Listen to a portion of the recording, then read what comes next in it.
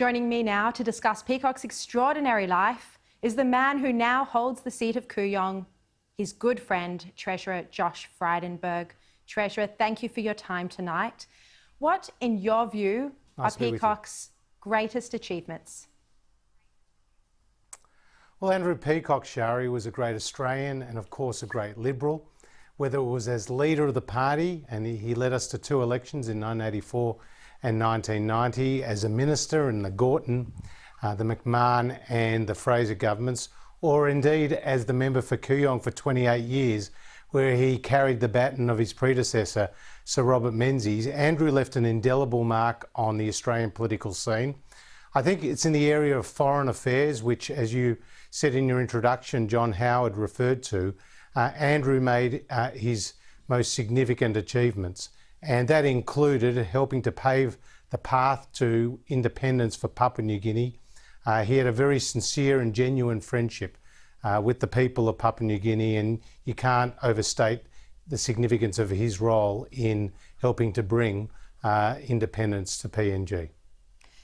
As his friend, Treasurer, what are your most treasured personal memories of Andrew Peacock?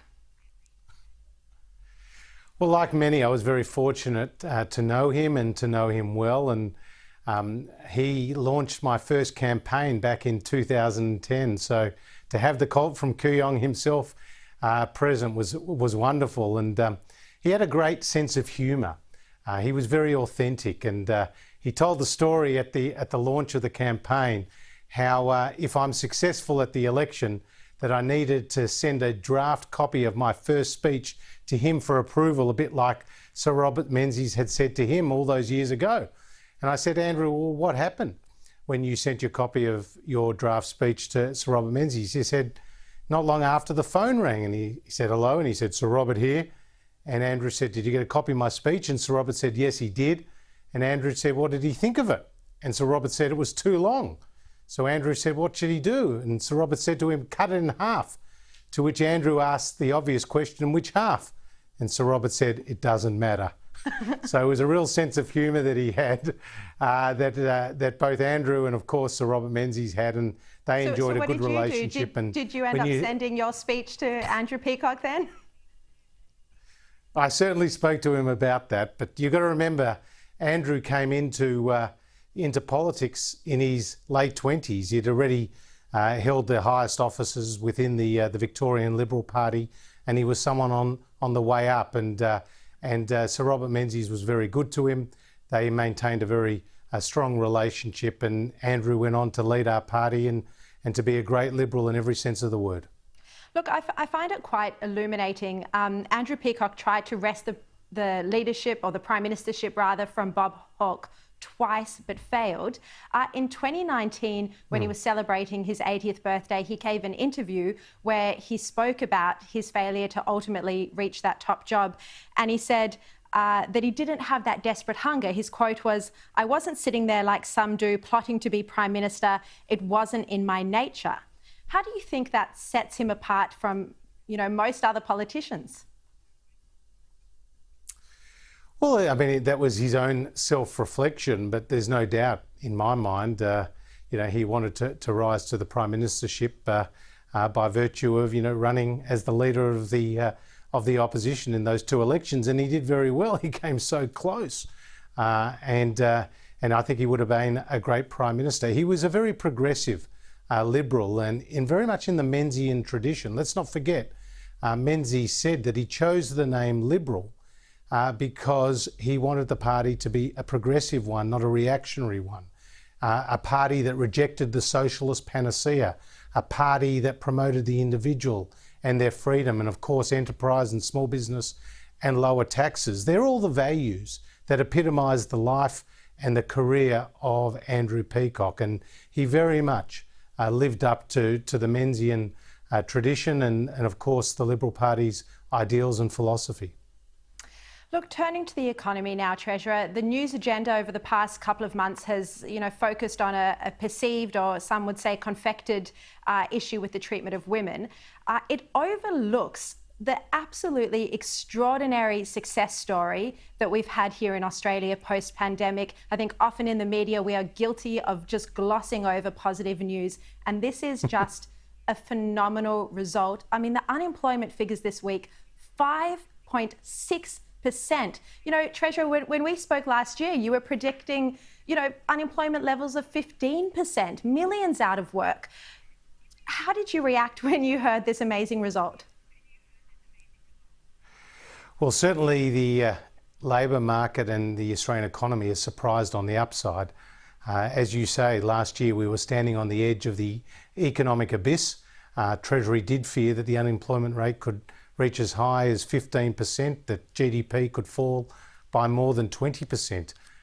They were, you know, very scary set of potential numbers, and we did everything we could to stem the tide of those job losses. And of course, JobKeeper, the cash flow boost, the JobSeeker coronavirus supplement, $750 payments to millions of pensioners, carers and others were part of the Morrison government's economic plan. And that plan has now worked.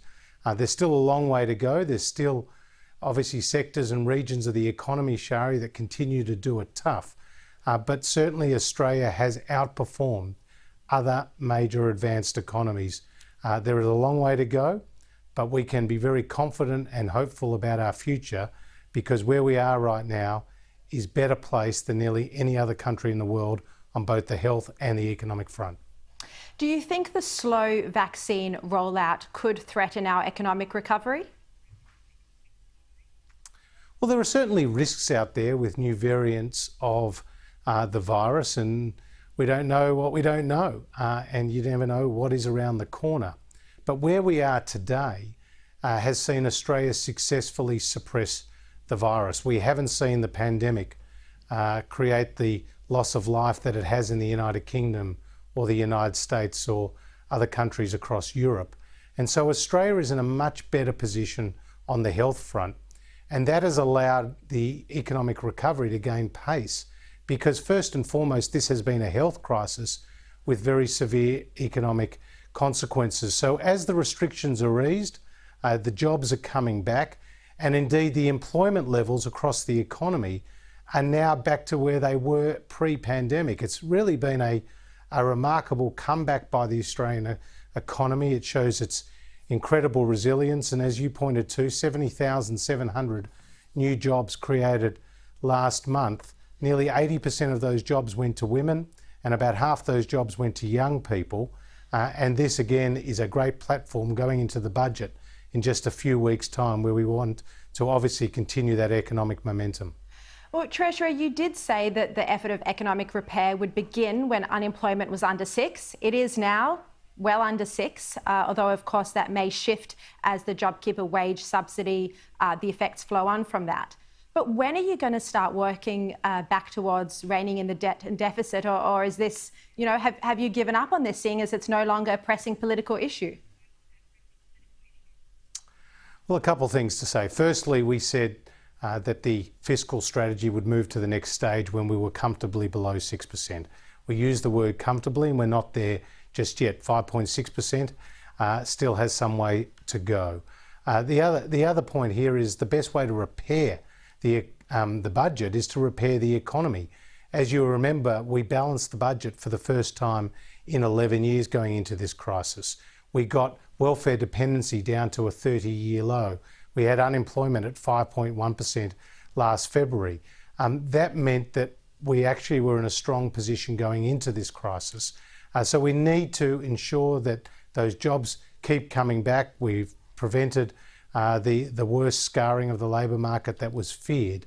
But there is still a lot of uncertainty out there. We're still in the middle of this pandemic. The global economy hasn't fully recovered. The Australian economy hasn't fully recovered. So we have to be cautiously optimistic. That's our focus, cautiously optimistic, but we're very much with an eye to the future. Yeah. Look, finally, Treasurer, it's been reported that you will lift the superannuation guarantee pause, allowing it to rise to 10% in July and then grow to about 12% or 12.5% by 2025.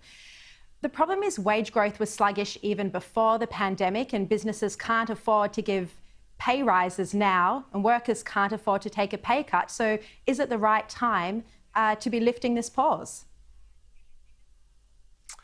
Well, it's actually legislated to, as you say, to continue to rise and to 10% from mid this year. There are a lot of differing views out there about the adequacy of retirement incomes and of that superannuation guarantee. You've heard from the Reserve Bank of Australia, you've heard from the Grattan Institute and others about how this SG guarantee, this superannuation guarantee, effectively comes out of people's pockets and their disposable income and their wages. So we're obviously looking at this issue very closely, but it is legislated to rise from the 1st of July this year.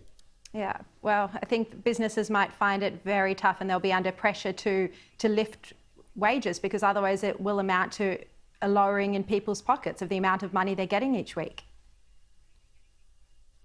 Well, again, you've got to get the balance right. We did have a retirement incomes review, and that had some very interesting evidence-based reflections on the adequacy of retirement, and the government continues to work through these issues. Treasurer Josh Frydenberg, thank you very much for your time tonight, and really enjoyed listening to your memories of Andrew Peacock. Thank you. Thanks, Sharri.